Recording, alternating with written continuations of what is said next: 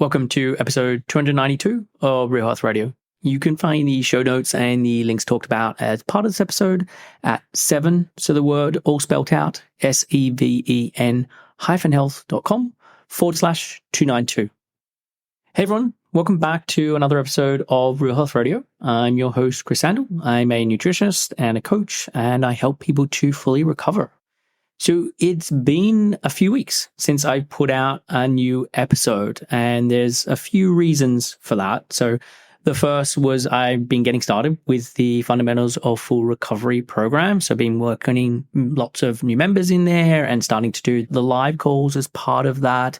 And that just takes up a lot of time at this early stage. And so that's where my focus has been going. I spent quite a lot of time doing the live trainings and putting the effort in there. And now we're getting underway with the program. And if you want to get on the wait list and be notified about the next time I open up slots for this, you can go to the show notes. So again, seven-health.com/292. And there's a link there so that you can sign up and be on the wait list and be the first notified when we open doors for that again. The second reason why there hasn't been the podcast in the last few weeks was we actually moved house. So it has been a very busy time. Obviously, I had the live launch, but behind the scenes, we were then having to move house. And we actually got a call.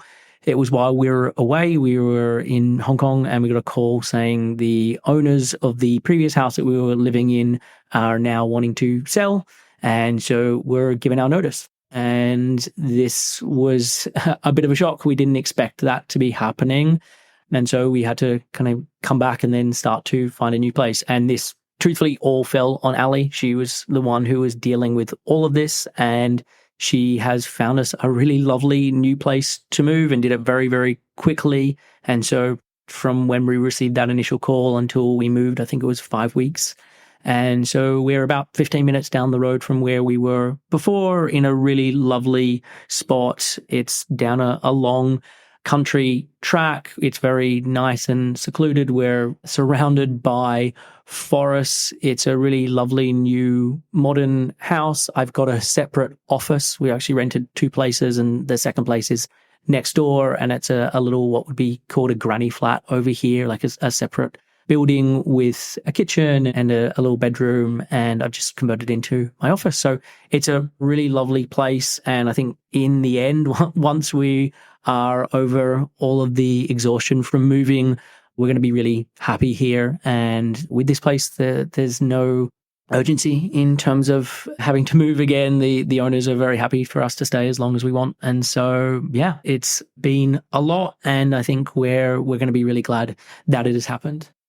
And then the third reason why it's taken a while to put our podcast out, I was intending to put one out last week, but I actually lost my voice. So I lost my voice en route to a friend's 40th birthday party. And so I had to whisper and have this very husky voice for the entirety of that weekend. And then, yeah, it's just taken a while for my voice to properly come back. And so it didn't sound very good to be able to record a podcast. I had to actually cancel a guest interview with someone just because it didn't feel like I had the right kind of voice to be recording a podcast. So that is now all better. I am all better. And so, yeah, we're back into the swing of things with the podcast. And I've actually got some guest interviews that are now lined up. I'm recording one next week, one the following week. And so the plan is to get back into the routine where I'm alternating between guest interviews and solo episodes. That was when I originally started the podcast, I think it was 8 years ago. That was what I used to do. And I actually think it's a really nice format to alternate between the two. So that's the plan going forward. And I've got a few interviews lined up already, and then I'm going to get some more booked in. So that kind of brings you up to speed. Today, what I'm going to be covering it's a solo episode. And what I want to look at is the asymmetry with eating disorders. And so I'm going to go through a number of different examples of how this shows up. And what I want to say from the outset is not all of these are going to apply to you. Some of them may, some of them won't, but these are things that I've seen come up again and again with clients, with people commenting, just understanding eating disorders. And I really want to point this out because I think there is this asymmetry with eating disorders. And I think it's helpful to start to notice this, because in the same way as it's helpful to notice different cognitive distortions and know what the different cognitive distortions are, I think the same is true with this. So that when it comes up and when you experience it, you're able to recognize, okay, I can see that there is this lopsidedness or this asymmetry with eating disorders. And so the first one that I want to mention is the asymmetry in terms of making changes.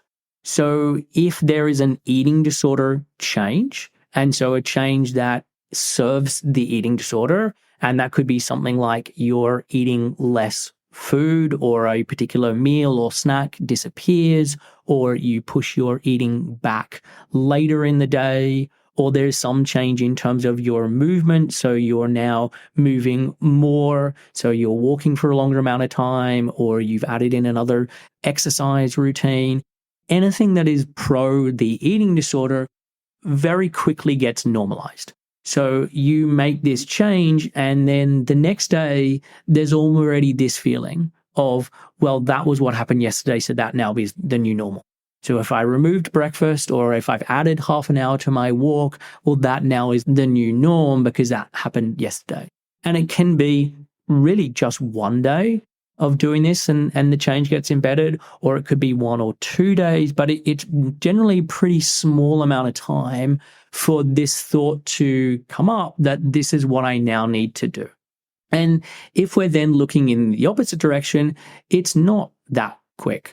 And so if you're then starting to make pro-recovery changes, so you're adding in a snack, or you're adding in a meal, or you're increasing the size of a meal, or you're reducing your exercise, any kind of pro-recovery change, it's not that you do it for a day or you do it for 2 days and then instantly this feels like the new normal. It takes more time than that. And depending on what the change is will depend on how long it takes. I typically think that it's not often as long as people think it's going to be. Often within 5 or 10 repetitions of doing something, it starts to feel not normal in the way that it does with an eating disorder change, but it starts to become a lot easier and feel like it's not as challenging as it was when you first started. But I think it's just useful to recognize that there is this asymmetry here with making changes, because I think so often it can be feeling like I'm putting in all of this effort. I feel like I just want to break. I just want to break for a day or a break for a couple of days, and then I'll be back at it and it'll get much easier again. And unfortunately, when you then have that break and you say, okay, well, I'm not going to do this thing for a couple of days, that instantly then becomes that new normal.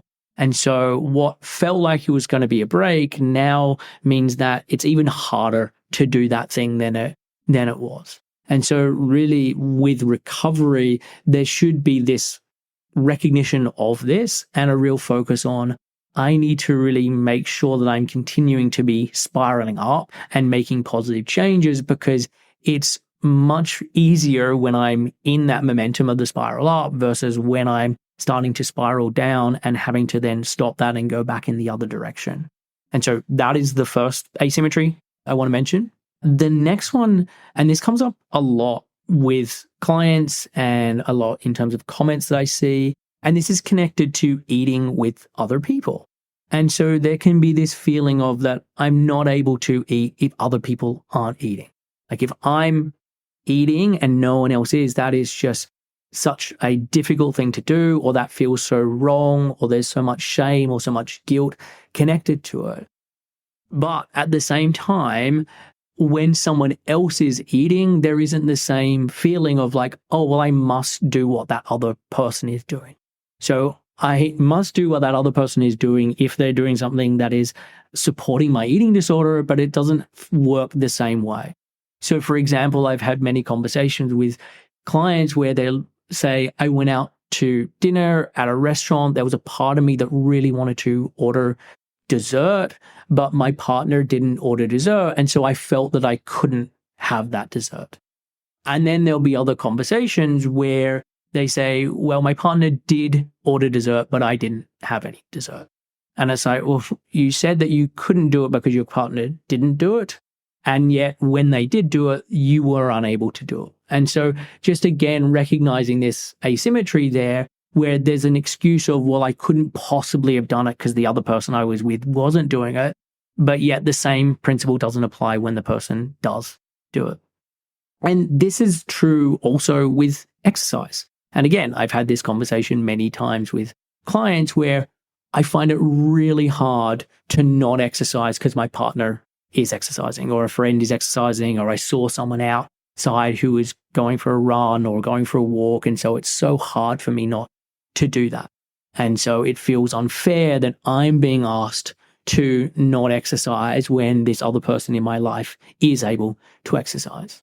And then I've had the same conversation with someone where they're saying, oh, my partner was unwell and they took a week off of their exercise. And so I asked, so did you also take a week off of exercise? And they're like, no, of course not. And so again, there is this asymmetry here where just because the partner or someone else took time off exercise didn't give them permission to do the same. It didn't mean that they had to do the same. But when someone is exercising, there is this feeling of, I'm compelled to do it. I couldn't possibly not do it.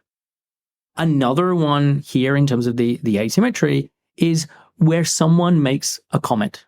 And this could be a comment connected to dieting. It could be a comment connected to exercise. It could be a comment connected to that person's own body concerns. And that one comment can have someone really spiraling. And it's normally because that comment, there's, in a sense, confirmation bias. This comment matches up to the kinds of thoughts that the eating disorder has. And so this creates this huge impact on someone. So I feel that it's unfair, or it's really hard to continue to eat the way that I need to eat as part of recovery when this other person made a comment about the fact that they're doing this thing with dieting. The reason, or where I see this asymmetry, is that there is this one comment that someone makes that can send someone really spiraling, and yet someone can listen to podcast after podcast after podcast about all of the importance of pro-recovery changes, about how much better life can be, about the different things that can help them to be able to make those changes. And yet all of that just doesn't go in, or all of that gets kind of put to the side, or that's for other people, or it just doesn't land in the same way as this other comment does. And so you can, in a sense, have 10, 20, 100 positive comments, positive, helpful, pro-recovery comments, and then they don't do very much. And then you have one comment that is unhelpful, connected to dieting or exercise or body image or whatever it may be. And that's the one that gets latched onto. And that's the one that gets ruminated on and talked about. And this is so unfair that people are making these kind of comments. And yet when there's 100 of the other type of comment, it doesn't have that same impact. And I think this is really important to recognize connected to comments, because there are people who are going to make comments. Given the world that we live in, there are going to be people who are dieting. There are going to be people who are exercising and exercising compulsively. There are going to be all of these things that are going on, and recognizing that just because that's what someone else is doing or someone else's reality doesn't mean that that's what you have to do, despite the fact that your brain may generate comments or thoughts to the contrary. The next one is connected to fullness and hunger. And there can be this feeling when we're thinking about fullness, that fullness has to be absolutely respected. That if I'm feeling full, that is gospel. I cannot challenge that. There can be, if I'm feeling full, it means that I'm full. It's got nothing to do with the fact that I'm bloated, or got to do with the fact that there could be anxiety that's having an impact on this physical sensation. It's that if there is that feeling there, then I'm not allowed to have any more food, or I'm not allowed to challenge that. And the opposite is hunger. Hunger is more of a suggestion. So I can be hungry, and I could be hungry and then leave it another hour or another 2 hours. Or I can be hungry and feel like, well, it's not hunger enough.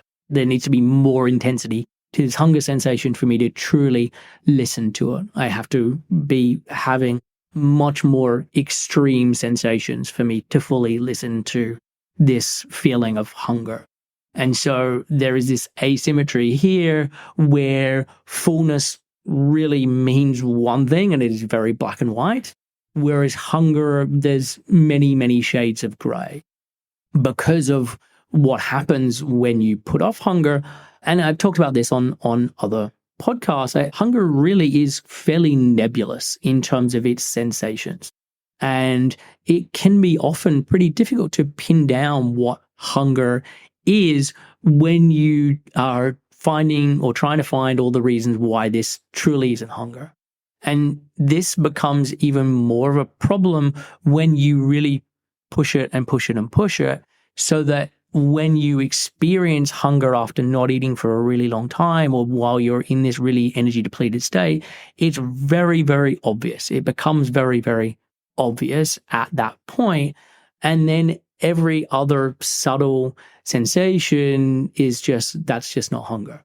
And so from an outsider looking in, there can be many symptoms that someone is dealing with and dealing with almost constantly, where I'm like, okay, these are all sensations of hunger and indicators of hunger, and yet someone is unable to recognize those as hunger symptoms. They're like, well, I have headaches all the time, or yeah, I am irritable, but that's just how it is, or I always have trouble concentrating, or whatever it may be. These symptoms are very clearly connected to being in this low energy state, and that the hunger is there, just don't get responded to. But any feeling of fullness or any sensation that someone associates with fullness is like, this means I need to stop eating instantly.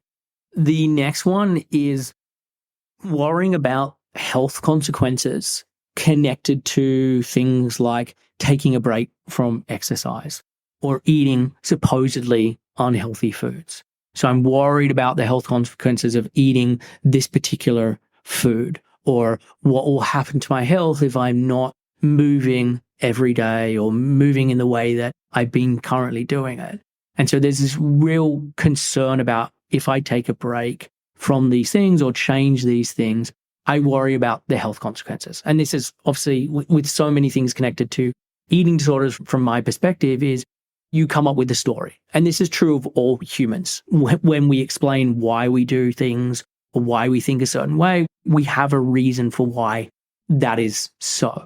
And it doesn't really actually matter whether those reasons are true or not. Like, this is just the story of what we're telling ourselves, and then doesn't actually feel like a story. It feels like this is fact.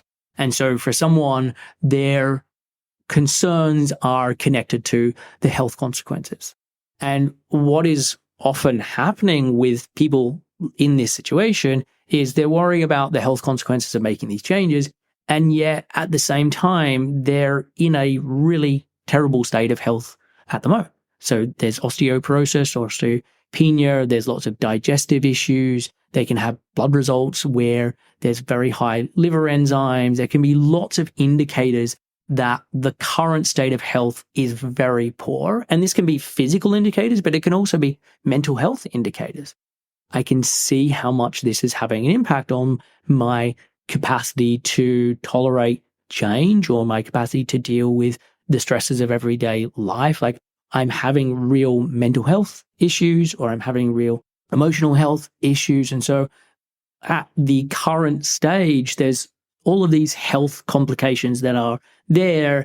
And yet, because that's what's currently going on, and that's in a sense the status quo, those things kind of get put to the side. Those things are just like, well, that's just the way that it is. And so there is this, in a sense, like, I'm not worrying about those things anywhere near to the degree that I'm worrying about what could potentially happen if I make these changes that are pro-recovery. What the way that I'm thinking about them is connected to all of the potential health implications and the negative health implications of doing this. Again, this comes up a lot with clients, and where there is real obvious issues in terms of their health currently, that just doesn't get the real focus that it needs to. And it's all the focus on the fear of the potential health consequences of making a change.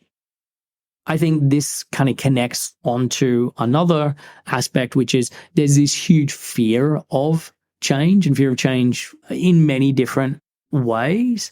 And yet there is this small fear of the status quo and a small fear of what is going on. And when I say small, it's not that someone can't recognize that there are lots of problems that are going on and that there can't be genuine concerns about this. When I say small, I'm talking about it in relative terms and compared to the fear that comes up connected to thinking about change or starting to actually make changes, and the fear that comes up connected to that, there is a huge asymmetry there. And actually the worry about what's happening day to day pales in comparison to worrying about what may happen if I start to make a change. The next area where there is this asymmetry is this hyper concern or worry about what people may be thinking or what people may potentially say if that person begins to recover. And so it's not so much the worry of what people are thinking or might say at this point, it's when I start to recover, what will happen there. And where the asymmetry lies with this often is that then someone will choose to stay in a life where they are the one that is suffering. And so there's this asymmetry in terms of the value system of I value the supposed opinion of other people very, very highly. And yet I value the quality of my own life and existence pretty low. And that there is, as I said, there is this asymmetry between these things, rather than really looking at the quality of one's life and saying, okay, this is not how I want to be living. This is so compromised. I'm not able to do the things that I really enjoy. I'm not able to do the things that prior to the eating disorder I really valued. And yet when the thought of making changes is thought about or actually starts to take action on, there is then this real worry about what people will say or what people will potentially be thinking. And that, yeah, as I said, there is this, I would prefer to stay in this place than deal with the potential that someone could say something or be thinking something.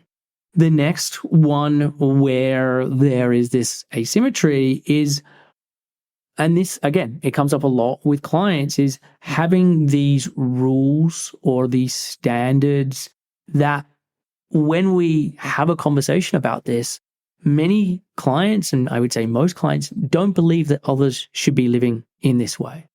And so when I say, would you be suggesting what you're doing to a loved one or a partner or a friend, like there is a hell no. There is I would not be suggesting this to someone else. I don't think that this is a good template or blueprint for how someone should be living their lives. I don't believe that other people should be not eating fat or whatever it may be, whatever rule someone has around food. It can be very obvious to them that this is not something that they would believe is true or should be followed by other people. And yet for them, it is true. For them, this should be a rule. And so this, again, is where there's this clear asymmetry where this isn't something that someone else should ever have to abide by. And I disagree with recommending this to anyone else.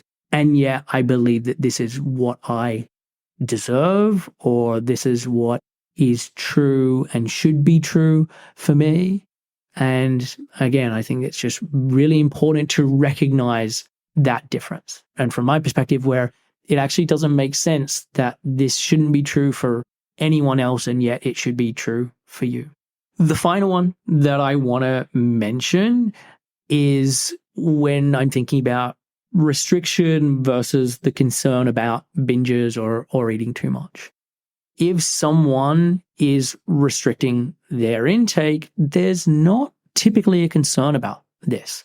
If they're not getting obvious hunger signals, if they're able to keep up restriction, they will keep doing this as long as they're able to. And even if there are certain things that start to occur. So even if someone starts to lose their period, even if someone has got a diagnosis of osteoporosis, even if there are sort of obvious things connected to restriction, if someone's able to keep this up, it doesn't feel like a concern for them. And it then becomes a huge concern when things start to go the other way, where now I feel like I'm having these binges, or now I've started to eat more and I recognize just how hungry I am. I'm eating more than I was before, and yet my hunger is so much higher than it was before. And that then becomes a concern. So there's a concern that I'm eating too much, or I will eat too much, or that these binges are bad. And yet there isn't the same concern about actually restricting is really damaging and is causing lots of problems. And even if someone can intellectually understand, okay, restriction is not good or is having some kind of impact on my health, there isn't that same worry of, wow, I really shouldn't be doing this. I really shouldn't be keeping this up. It's causing a problem. The concern is much more, I don't want to turn into a binge eater. I don't want to trade this for some other eating disorder. And when I think about eating disorders, all eating disorders are the same. All eating disorders are connected to the fact that the body is in a low energy state, that restriction is going on. That restriction can be physical restriction. It could be impending physical restriction. It can be mental restriction. I've done a whole podcast on restriction. I will put it in the show notes. So if anyone wants to listen to that one, they can. And so the thing where people are concerned that I'm going to turn into a binge eater and that's a bad thing, like there's this hierarchy of eating disorders where if I'm restricting, then that's a good eating disorder. But if I'm not restricting, that's a bad eating disorder. Like I totally disagree with all of that kind of logic.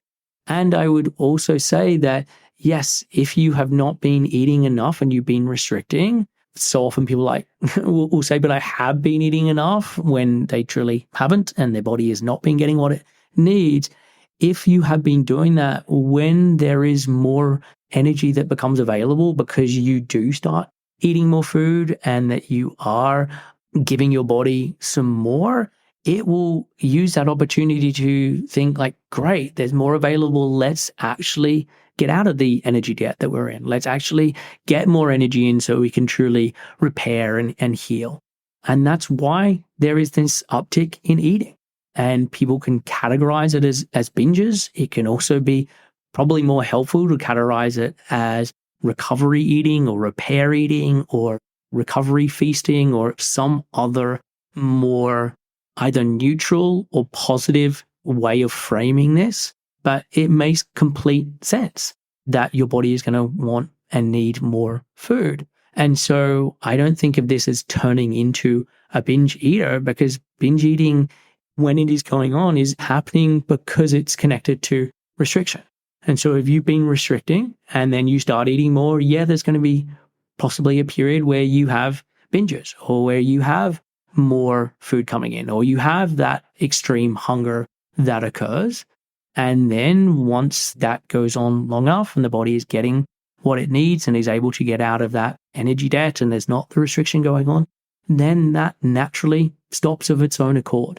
And so it's not that someone's going to turn into a binge eater. It's that there is a period where the body needs more energy, and then there's a period where the energy that it needs is only what it needs for today. It's not dealing with all this debt that has accrued. So those are the different asymmetries that I wanted to mention. There are going to be others that I have missed. I just jotted down some notes before turning on this microphone. And so, yeah, there's going to be others I miss. And I think it's just really helpful to be aware of all of these things. And really the point of this episode is to make you aware, if you're not aware at this point, of how illogical eating disorders are and the illogical nature of them and the kinds of thoughts and beliefs that they generate. And so I'm wanting, as part of this episode and why I want to do it, I'm wanting that when those thoughts do arise, hopefully you can then start to recognize how lopsided they are. or the asymmetry that is connected to them, because this is so common with all of the eating disorder thoughts, that there is this insidious nature with them, that it does change the way you perceive things, and where it's not so obvious that there is this asymmetry here. And so that has been the point of this episode, and I hope it's been useful for you. That is it. That's all I have to say on the topic. I will catch you again next week for another episode. And so I will see you soon.